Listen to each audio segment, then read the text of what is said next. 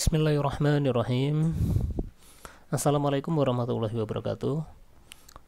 Perkenalkan, nama saya Khairul Anwar, sebagai mahasiswa program sarjana ilmu komputer di Universitas Bumi Gora. Dalam kesempatan kali ini, saya akan membahas tentang arsitektur sistem terdistribusi sebagai salah satu syarat ujian akhir semester yang diampu oleh Ibu Mutiah MPD.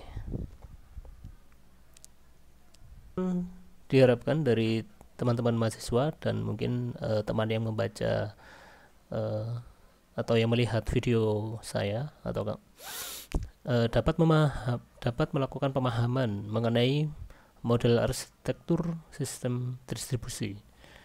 Yang berikutnya, mengetahui sudut pandang logis arsitektur sistem terdistribusi, diantaranya layer arsitektur, object based arsitektur, data center arsitektur, event based arsitektur. Kemudian yang berikutnya, memahami model arsitektur sistem, centralized arsitektur, decentralized arsitektur, hybrid. Selanjutnya adalah arsitektur versus middleware.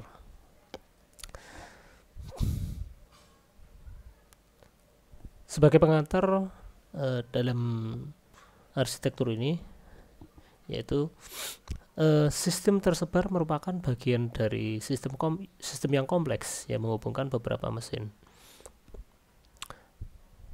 Untuk hal ini dibutuhkan pengorganisasian sistem yang baik. Ada dua hal dalam melihat pengorganisasian sistem tersebar: organisasi secara logis sebagai kumpulan perangkat lunak dan secara fisik.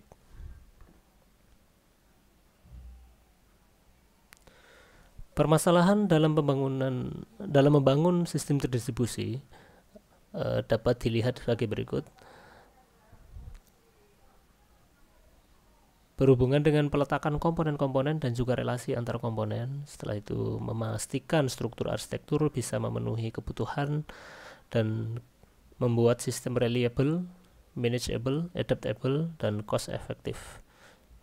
Setelah itu yang ketiga, sistem harus melakukan klasifikasi terhadap proses yang terjadi pada server, klien, maupun peer.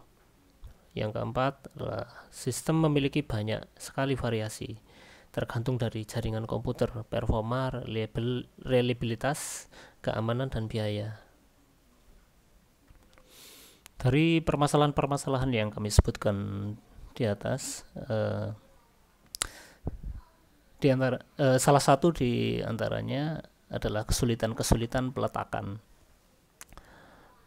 Dari sisi mode pemakaian, variasi yang beragam terhadap karakteristik pemakaian sistem. Ya, diantaranya berapa kali suatu halaman dikunjungi, seberapa sibuk suatu server. Nah, ini sangat berpengaruh pada sisi pemakaian. Setelah itu dari sisi masalah internal, diantaranya masalah konkurensi akses. Ya, merupakan konkurensi akses di sini merupakan landasan umum perencanaan sistem operasi. Proses-proses disebut konkurensi jika proses-proses berada pada saat yang sama. Saat yang sama maksudnya adalah beberapa proses berlangsung pada waktu yang sama dan menggunakan sumber daya yang sama. Dan dari sisi masalah lingkungan sistem, diantaranya masalah heterogenitas, hardware, sistem operasi, dan jaringan. Dari sisi masalah ancaman eksternal, diantaranya adalah masalah keamanan data. Nah, ini masalah-masalah yang krusial ya. Yang dari sisi yang terakhir ini, masalah security, ini masalah yang sangat krusial. Kemudian arsitektur dapat didefinisikan suatu rancangan untuk penyusunan komponen-komponen suatu sistem, di mana rancangan tersebut mengidentifikasi komponen serta fungsi masing-masing komponen, konektivitas antar komponen, serta pemetaan fungsionalitas komponen. dapat dilihat sebagai berikut. Rancangan suatu aplikasi dan masing-masing fungsionalitas komponennya bisa dilihat dalam tombol-tombol yang diciptakan sebagai berikut ya.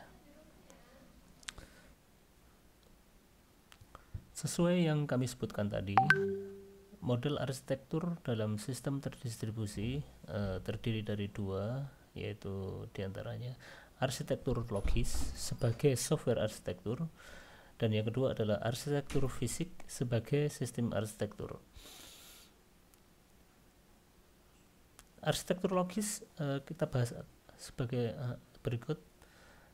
Diantaranya organisasi logika dari komponen-komponen perangkat lunak, dan berikutnya adalah komponen yang dimaksud berupa unit modular, berupa interface yang dapat diproses di sistem yang berbeda, misalkan RPC, remote procedure call, message passing, dan mungkin bisa yang lain lagi ya, banyak yang lain lagi ya. Setelah itu jenis model arsitektur logis atau style, layered arsitektur, object based arsitektur, data center arsitektur, event based arsitektur. Dan yang kedua adalah arsitektur fisik. Di antaranya ya peletakan mesin, peletakan komponen perangkat lunak pada mesin sesungguhnya. Berikutnya akan kami bahas mengenai jenis arsitektur logis, di antaranya layered architecture. Ya, di antaranya komponen-komponen pada layered architecture diorganisasi dalam bentuk lapisan-lapisan layer atau fungsi dan service. Ya, bisa dicontohkan operating system pada Windows, Linux, dan yang kedua adalah network protocol atau OSI, TCP/IP, dapat digambarkan dalam layar seperti berikutnya.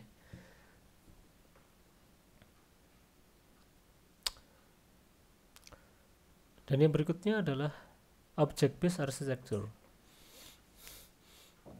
Object based architecture menggambarkan setiap objek melakukan koresponden dengan komponen, dan komponen ini terkoneksi melalui mekanisme prosedur call. Bentuk sistem OA, object based architecture, di sini digunakan aplikasi perangkat lunak dalam skala besar. Jadi OA di sini digunakan sebagai skala besar ya, untuk skala besar pada perusahaan yang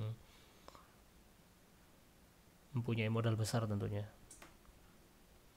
Yang berikutnya adalah data center architecture. Data center architecture di sini dapat dipandang sebagai gudang data, warehouse yang berfungsi sebagai sistem pengelolaan data, mulai dari pengumpulan, pengolahan, penyimpanan, hingga penemuan kembali data, serta mampu pula memberikan dukungan dalam pengambilan keputusan. Sebagai contoh adalah sistem tersebar berbasis web. Jenis arsitektur logis selanjutnya adalah event based architecture, yang merupakan atau disebut proses EBA, pada dasarnya berdasarkan propagasi event. Proses mengeluarkan event setelah middleware memberikan kepastian hanya proses itu saja yang bisa disubscribe untuk event yang diterima. Keuntungan EBA dapat bersifat closely coupled. Berikut ini merupakan arsitektur fisik, yaitu sistem arsitekturnya dibagi menjadi tiga: centralized architecture, decentralized architecture, hybrid architecture. Dari centralized architecture sendiri ada dua: application layering, multi-tier architecture. Kemudian yang kedua, decentralized architecture, ada 4: structure peer-to-peer architecture, unstructured P2P atau peer-to-peer architecture, topology management of overlay networks, kemudian super peers.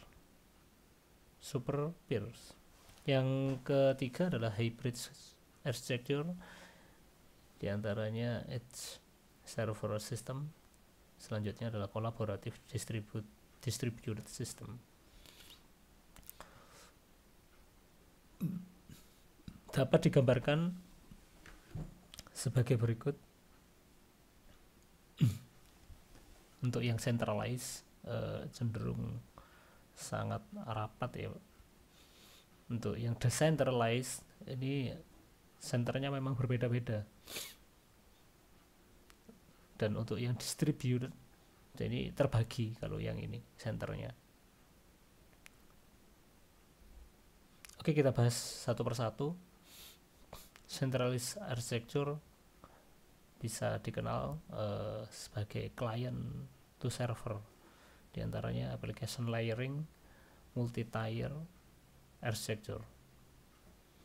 Centralized architecture client to server merupakan client server unggul dalam kecepatan dan mendukung jaringan besar. Kekurangan terdapat pada sisi setup yang cukup kompleks, biaya tinggi, dan membutuhkan sumber daya manusia yang handal untuk mengelola. Pada model client server terdapat perilaku yang biasa disebut request reply behavior. Selanjutnya adalah application layering. Dari application layering ini terdapat model client server seiring perkembangannya mengundang perdebatan mengenai perbedaan antara klien dan server itu sendiri. Pada umumnya client server architecture ditunjukkan untuk keperluan user access ke database, maka dari itu layer architecture style dibagi menjadi 3, diantaranya user interface level display management, processing level application, data level actual data that is being act out. Dapat dicontohkan dari application layering. Kita lihat dari data organisasi di internet dalam pencarian search engine ya. Search engine di internet dapat dibagi menjadi beberapa bagian. Ada 3 bagian ya di sini. Ada user interface level, processing level, dan data level. Jadi ketika kita akan mencari sesuatu, misalkan kita masukkan keyword expression, akan direspon oleh query generator, dan query generator akan merespon mencarikan keyword tadi ke database query. Setelah itu ditampilkan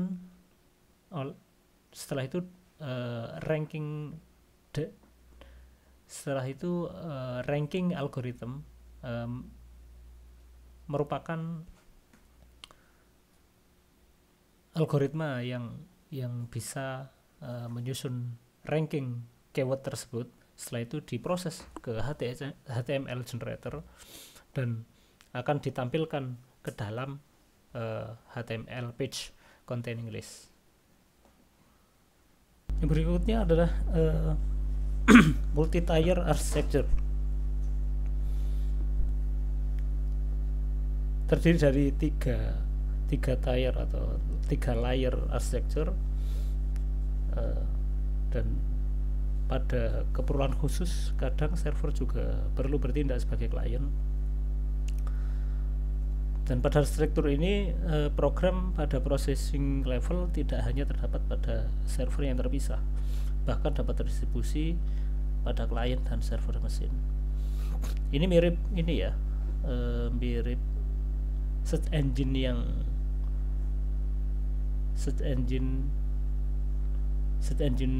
dalam internet ya. Tapi ini tidak dibahas secara mendetail, cuma dibahas secara umum, yaitu terdiri dari user interface presentation, application server, dan database servernya. Dan untuk alurnya sesuai ini ya, sesuai masing-masing search engine. Di antaranya ya request operation, setelah itu wait for data, and then request data, setelah itu return data yang diambil dari database, return data, setelah itu wait for data, baru return result, itu menampilkan resultnya. Berikut adalah gambaran umum multi-tier architecture. Ini alternatif organisasi client server ya. Jadi ada A, B, C, D tergantung dari usernya atau penggunanya, dalam hal ini perusahaan, dalam tren pengembangan model arsitektur.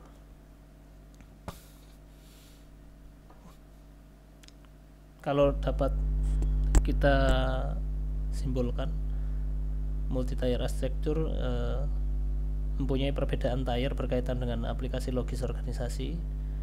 Disebut sebagai vertical organization, di mana karakteristik tipe ini adalah menempatkan secara logis komponen yang berbeda pada mesin yang berbeda juga.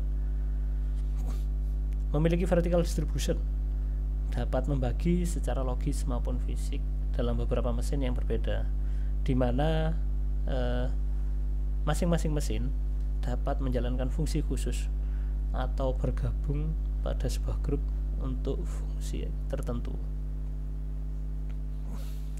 Nah, yang berikutnya yang kedua adalah decentralized architecture. Kalau tadi kita bahas centralized architecture, yang kedua adalah decentralized architecture. Di sini ada 4 struktur peer-to-peer architecture dan unstructured peer-to-peer architecture, kemudian topologi management of overlay networks, setelah itu super peers. Nah, untuk decentralized architecture disebut sebagai horizontal distribution. Pada arsitektur ini secara fisik terpisah, namun secara logis memiliki fungsi level yang sama atau equivalent, di mana setiap mesin memproses bagiannya sendiri kemudian melakukan balancing terhadap hasil proses. Nama lainnya adalah peer-to-peer architecture. Dapat kita lihat gambaran umum peer-to-peer architecture yang tidak lepas dari pertanyaan berikutnya, bagaimana organisasi proses dalam jaringan. Sebuah proses tidak dapat berhubungan secara langsung dengan proses lain di jaringan. Diperlukan sebuah pesan khusus untuk mengkomunikasikan proses. Masih pada peer-to-peer architecture, yang pertama ya structure peer-to-peer architecture. Ya, dalam struktur ini lapisan jaringan dibangun menggunakan deterministic prosedur seperti menggunakan distributes hash table. Yang kedua adalah unstructured peer-to-peer architecture. Dalam struktur ini menugaskan sebagian besar pada algoritma secara acak untuk membangun lapisan jaringan. Pada intinya setiap node mendata jaringan node network, tetapi pada node tersebut ditempuh dengan proses acak sederhana. Berikutnya adalah topologi management of overlay networks. Walaupun pada structure dan unstructured peer-to-peer sistem cukup jelas, namun dalam beberapa kasus masih belum lengkap. Satu kunci dari observasi adalah kehati-hatian dari proses pertukaran dan pemilihan entries dari pandangan parsial, di mana topologi tertentu dapat dibangun dan dijaga konektivitasnya.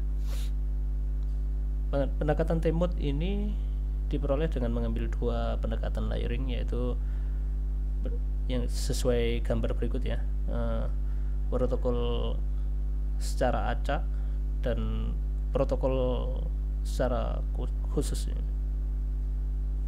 Oke. Yang berikutnya adalah super peer ya. Super peer ini menangani masalah yang disebabkan penempatan item data ketika jaringan berkembang. Yang kedua, teknik super peer dapat menangani masalah yang terkait dengan scalability karena dapat mempertahankan konektivitas terhadap item data. Umumnya super peer digunakan pada peer-to-peer network.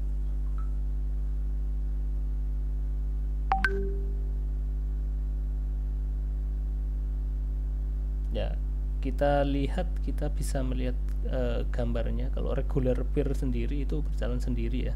Ketika dia super peer ini tentunya dia bisa connect dengan beberapa network seperti itu yang digambarkan sebagai super peer.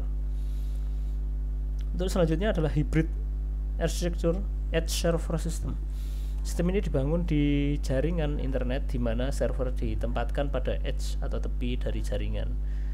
Tujuannya adalah melayani konten atau isi pada saat proses filtering dan fungsi transcoding.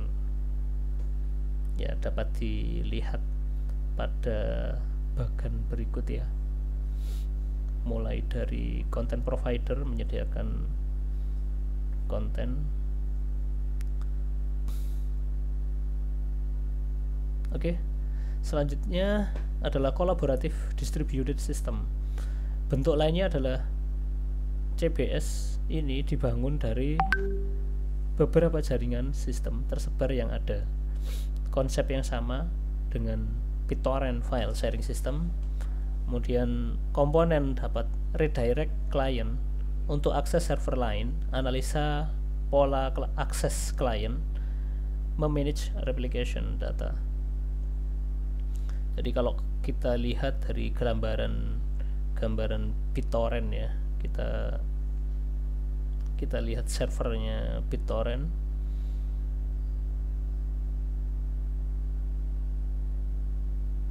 Seperti ini. Oke, selanjutnya adalah arsitektur versus middleware. Tidak membahas perbandingan arsitektur dan middleware. Middleware mengikuti bentuk arsitektur yang ada. Middleware dan aplikasi menangani kebutuhan berbeda, namun nantinya tetap dibutuhkan solusi di mana middleware mudah untuk dikonfigurasi, disesuaikan, dan dikostumasi sesuai kebutuhan aplikasi. Selanjutnya adalah interceptors, yang merupakan perangkat lunak yang memecah aliran pengendalian dan mengizinkan kode lain untuk dieksekusi atau diproses. Interceptor di sini sangat baik untuk menyediakan proses transparansi dari replication dan performance. Selanjutnya adalah general approach to adaptive software. Kebutuhan akan penyesuaian terhadap lingkungan aplikasi di sistem tersebar adalah perubahan secara terus-menerus. Perubahan ini sebagai hasil dari mobility, quality of service network, kerusakan hardware, dan baterai drainage atau kerusakan baterai dan lain-lain. Konsep ini disebut sebagai adaptive software, sehingga bukan hanya manusia yang harus beradaptasi ya, yaitu software juga melakukan adaptasi. McKinley et al. Dalam tahun 2004 membagi 3 teknik dasar menuju adaptive system, yaitu yang pertama separation of concern, yang kedua computational reflection, yang ketiga adalah component based design atau standalone. Baik, terima kasih atas atensi yang telah diberikan. Semoga penjelasan kami bisa bermanfaat, dan mohon maaf jika ada kesalahan atas penjelasan yang tidak berkenan. Akhirul kalam, wassalamualaikum warahmatullahi wabarakatuh.